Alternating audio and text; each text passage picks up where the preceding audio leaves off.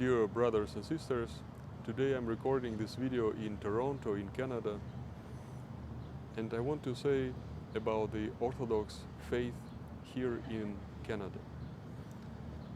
I was myself ordained priest in Edmonton, in the cathedral of the Russian Orthodox Church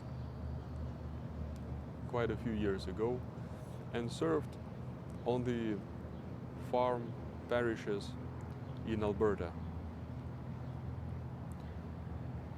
The tradition of Orthodox testimony, mission, is growing and developing. And today we have more than 30 parishes just in Toronto itself. But how did the church came to these lands? How did this happen?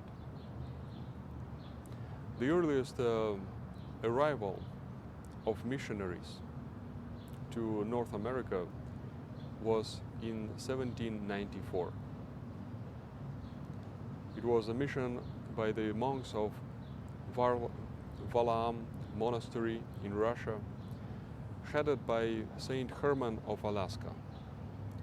They arrived in the end of 18th century to Alaska, and they preached to the local nations, to the people, the Aleutians, both in Alaska and on the islands, Aleutian Islands.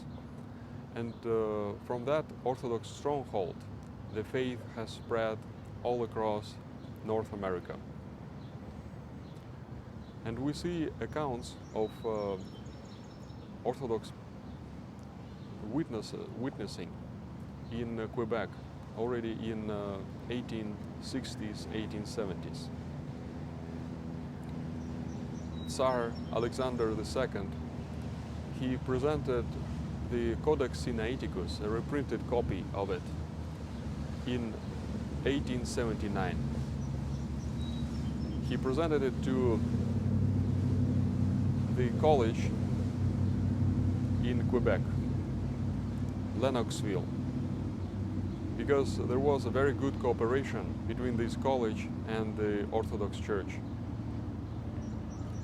At the time, priests from New York were coming and serving in those Orthodox communities who lived there.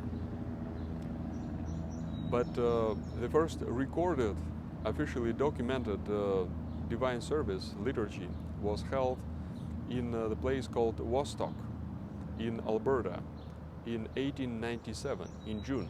Now it's also June. In the same way, in June 1897, more than 100 years ago, 124 years ago, the first liturgy, and it gathered 600 Orthodox people.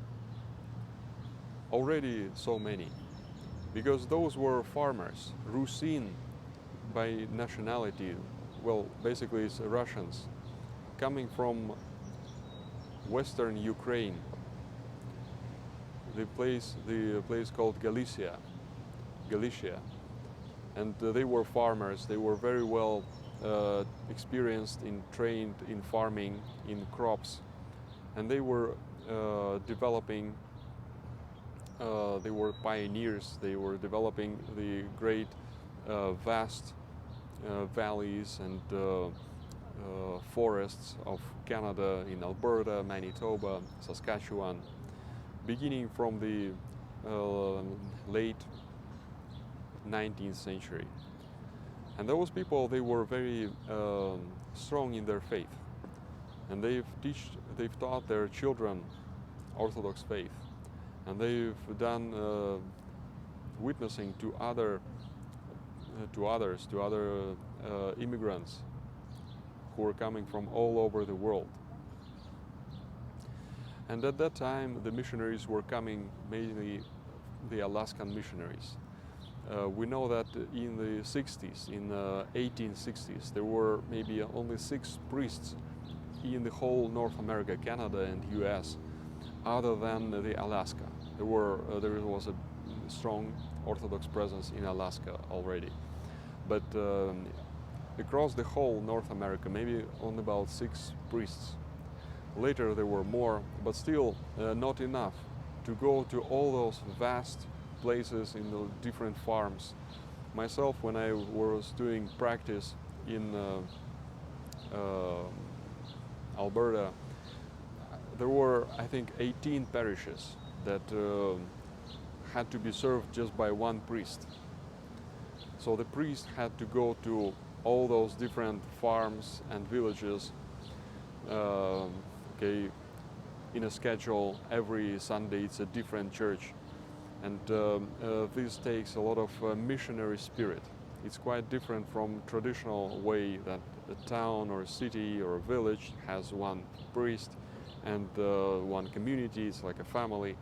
But here in Canada it was quite different, and this missionary spirit is the true spirit of Christianity, because this is the spirit that the apostles went. They went to many different places, and we need to develop this spirit, especially in this great, large North American context, where distance is so huge from one place to another.